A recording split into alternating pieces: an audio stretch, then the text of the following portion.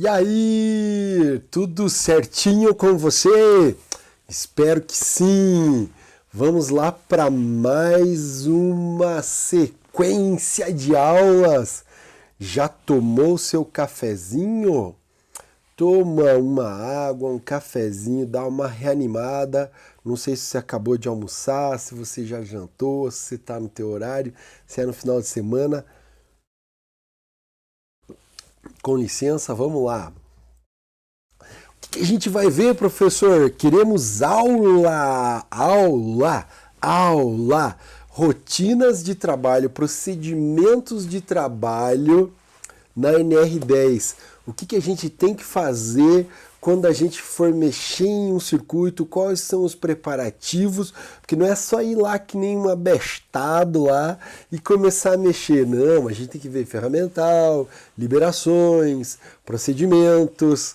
E é nessas aulas que a gente vai ver. Professor, isso é importante? Sim, é importante porque a gente liga NR com outros caminhos que tem dentro da empresa, de segurança, de manutenção preventiva e de muitas coisas aí que estão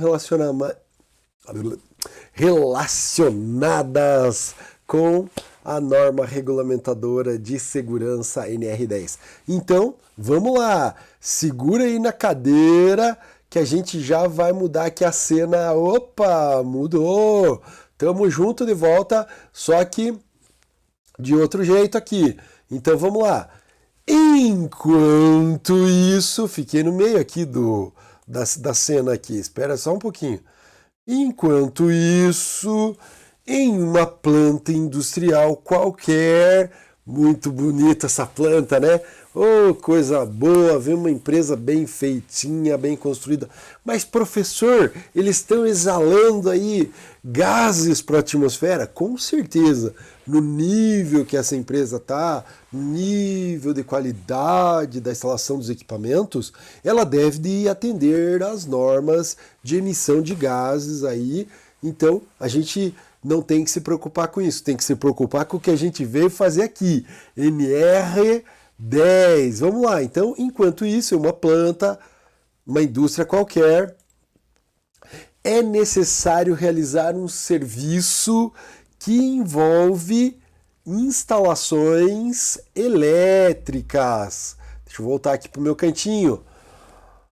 E daí, professor? Envolve instalações elétricas? Então veja só, a moça aqui se preparando, pegando um documento, a gente vai falar sobre prontuário, os documentos necessários que você deve de ter. Então ela foi pegar um documento para se preparar para ir para esse serviço. E quais são os planejamentos procedimentos e permissões necessárias? O que eu preciso fazer para eu me enquadrar direitinho aí dentro dessa empresa e fazer as coisas de forma coerente, correta e segura? Aqui está a nossa técnica, né, a nossa profissional medindo, e aqui dá para ver que ela está numa máquina, mas ela teve que fazer antes de medir com o multímetro e de trabalhar nessa máquina, ela teve que fazer antes verificação de procedimentos de trabalho, a inspeção das ferramentas, ver se o multímetro dela era o adequado, estava com os terminais com isolação, ela teve que pedir uma permissão de trabalho, ela teve que fazer um checklist das ferramentas e das máquinas antes de fazer o serviço, ela teve que fazer o desligamento e os procedimentos de desligamento, ela teve que fazer a inspeção da máquina, se estava com aterramento, se estava tudo certo, se essa máquina está equipotencializada, e ela teve que fazer a sinalização e verificar se estava tudo certinho, desligado, bloqueado, sinalizado, para que ela pudesse permitido, para que ela pudesse executar esse trabalho nessa grande planta. Professor, mas tudo isso que você está falando aí envolve documentação. E eu não sou muito bom com essas coisas de escrever, de escritório. Você está mostrando um escritório escritório, como é que eu vou fazer? Normalmente essa documentação a gente não faz sozinho, a gente faz numa equipe, é uma equipe de pessoas que cria, é uma equipe de pessoas que cria essa documentação. E essa equipe de pessoas que faz parte do SESMIT ou do teu grupo de trabalho aí na tua empresa. Agora sim, peguei certinho aqui. Eu estou no cantinho meu aqui. Então, essa equipe de pessoas, ela vai fazer esse trabalho junto com você. Eles trabalham mais no escritório e eles entendem um pouco da área. Então, é importante, imprescindível que você, que conhece da área, que conhece os motores, que conhece as máquinas, que conhece o pessoal, vá nessas reuniões para que você ajude a preparar esses documentos. Você é a parte mais importante, porque você vai ajudar a fazer o documento que você vai usar para preservar a saúde e a segurança sua e dos seus colegas. Então, nessa aula aqui, você é a parte mais importante. Todos nós estamos juntos para promover a segurança, mas você é a parte mais importante porque você sabe como fazer. Então aí, aqui mais o que é um procedimento, para que a gente saiba, é uma sequência de operações a serem desenvolvidas para a realização de um determinado trabalho. É um passinho de dança. Se você já dançou, já foi em aula de dança, não sei, de música gaúcha ou de tango, de música de dança de salão, você sabe que para dançar tem uma sequência. E aqui é um procedimento para a realização de um determinado trabalho com a inclusão dos meios materiais e humanos. Então a gente vai ter uma interação aí, as medidas de segurança e as circunstâncias que impossibilitem a realização do serviço. Professor, então tem algum momento que eu posso não fazer o serviço? Sim, se o material não for adequado, se as condições de tempo e temperatura, se o trabalho é externo, se você não tem como desligar, se a máquina não pode parar, se não dá para fazer alimentado, o circuito não dá para desalimentar. Então, em todas essas circunstâncias, você pode se recusar a fazer o trabalho porque você está coberto pela norma. Então, mas professor, eu vou perder meu emprego. E é por isso que você precisa conhecer a legislação para que você possa reclamar os seus direitos, para que você possa falar dos seus direitos, dos perigos que podem acontecer e das situações de risco que pode ser colocado às pessoas. Então é por isso que a gente precisa saber muito bem dos procedimentos e participar ativamente da CIPA e das comissões de prevenção de acidentes. Então a NR10 define como procedimentos. Os procedimentos devem conter, no mínimo, professor, e onde que vai esse procedimento aí? Esse procedimento vai no prontuário de instalações elétricas, o famoso PI. Esse procedimento aí, no prontuário, ele deve estar facinho para qualquer pessoa possa acessar. Professor, então o prontuário é um documento que eu posso acessar toda hora? Sim, ele não é para o Ministério do Trabalho. O prontuário é para você, é o teu arquivo de documentos. Os procedimentos, os diagramas elétricos, os seus certificados de NR10 que você vai pegar agora atualizados, os seus diplomas, a cópia do seu diploma, são tudo cópias, né? Mas todos os documentos lá, as inspeções que foram feitas nos equipamentos, as inspeções de isolação, das varas de manobra, das luvas de alta tensão, estão todas lá. E esses procedimentos devem conter, no mínimo, o objetivo, o campo de... Professor, o que é campo de aplicação? A gente já vai ver. A base técnica. O que é base técnica, professor? A gente já vai ver. As competências, as responsabilidades, as disposições gerais e as medidas de controle e orientações finais. Então é isso que deve de ter lá nesse documento de procedimento. A gente já vai ver, isso aí vai ficar bem clarinho na sua cabeça. Os procedimentos de trabalho, treinamento de segurança e saúde e autorização, no caso a permissão de trabalho, deve ter a participação de todo o processo de desenvolvimento do serviço do SESMIT. O SESMIT tem que estar envolvido com isso e você também. É você e o SESMIT que estão envolvidos na criação desses procedimentos de trabalho.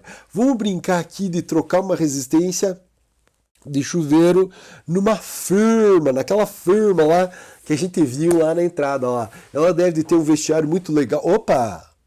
Mas esse vestiário aí tá esquisito. Olha só aqui, ó, o chuveiro, tem aqui uma bobina aqui, tá, o disjuntor com os fios tudo à mostra aqui perto. Lembra-se, talvez você não lembre, mas tem para chuveiros, as tomadas mais próximas, que são, as tomadas são dispositivos que podem a água entrar dentro da tomada. Então aqui, como vamos dizer assim, se fosse uma tomada aqui, primeiro que ela devia estar aqui em cima, a ligação do chuveiro para que não espirre água.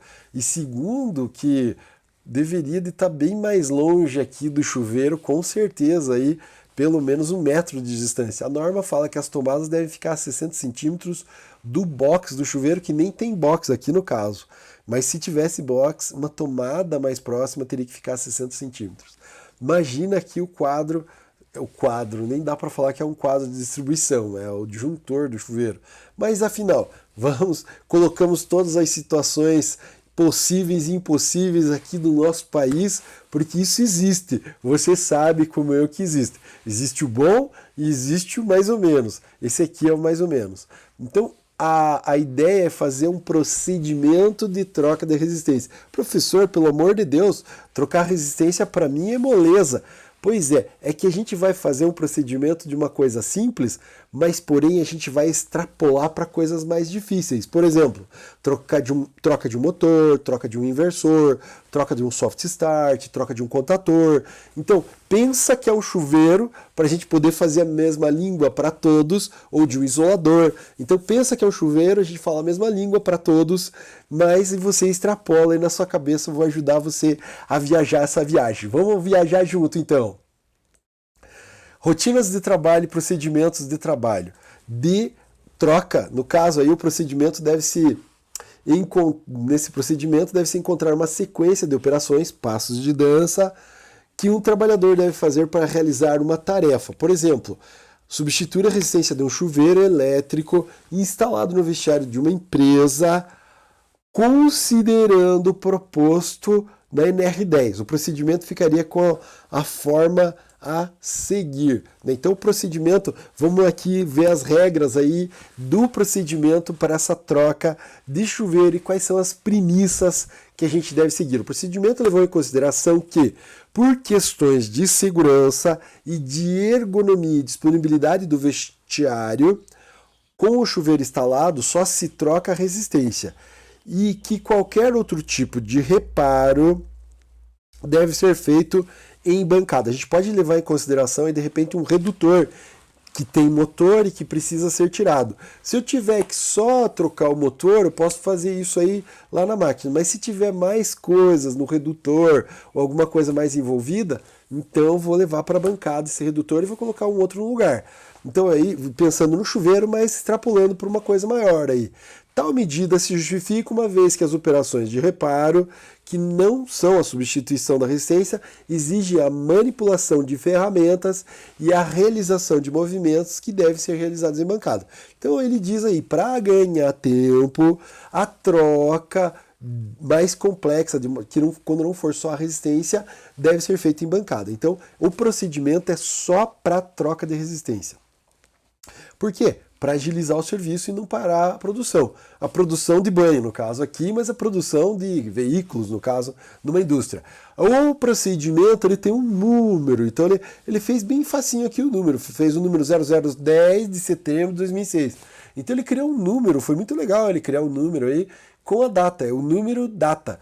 E a página e qual é a revisão. Então aqui esse procedimento tem quatro páginas essa página aqui é 1 do 4 e a revisão é 0. Foi a primeira vez que ele fez isso aí. E ali a gente vai ter as assinaturas. A primeira página ali vai ser a página das assinaturas. Quem elaborou, qual a função, quem é responsável, qual a data e a tal da análise crítica. Professor, o que é análise crítica?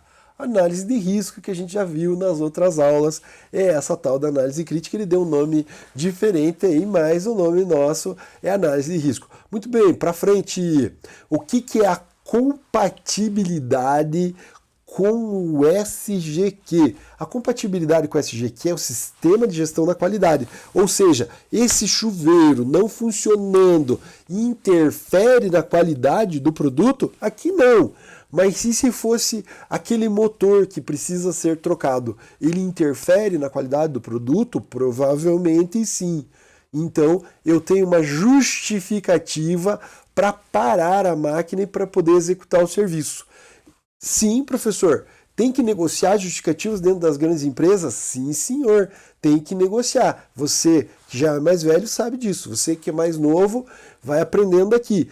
Tem compatibilidade com o SGA? O que é o nosso SGA? Sistema de Gestão Ambiental. Eis mais um motivo para provavelmente a gente ganhar essa, digamos assim, a visualização. Do chuveiro, não. Mas se a gente estiver falando do motor, sim. Porque o motor está gerando desperdício na máquina, está gerando ou resíduos que vão ser jogados ou vão aumentar o número de resíduos que vai ser descartado para uma reciclagem.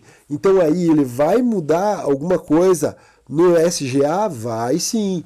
Então mais uma razão para que esse procedimento pode causar um impacto ambiental. Então ele pode causar um impacto com relação à qualidade ambiental, e assim a gente vai vendo, vai incorporando. Claro, para a troca do chuveiro, provavelmente não, mas para um equipamento mais complexo, sim.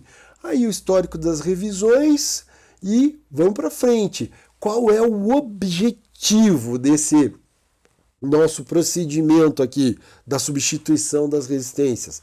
Padronizar a substituição das resistências elétricas dos chuveiros do vestiário. Padronizando vai ficar mais fácil.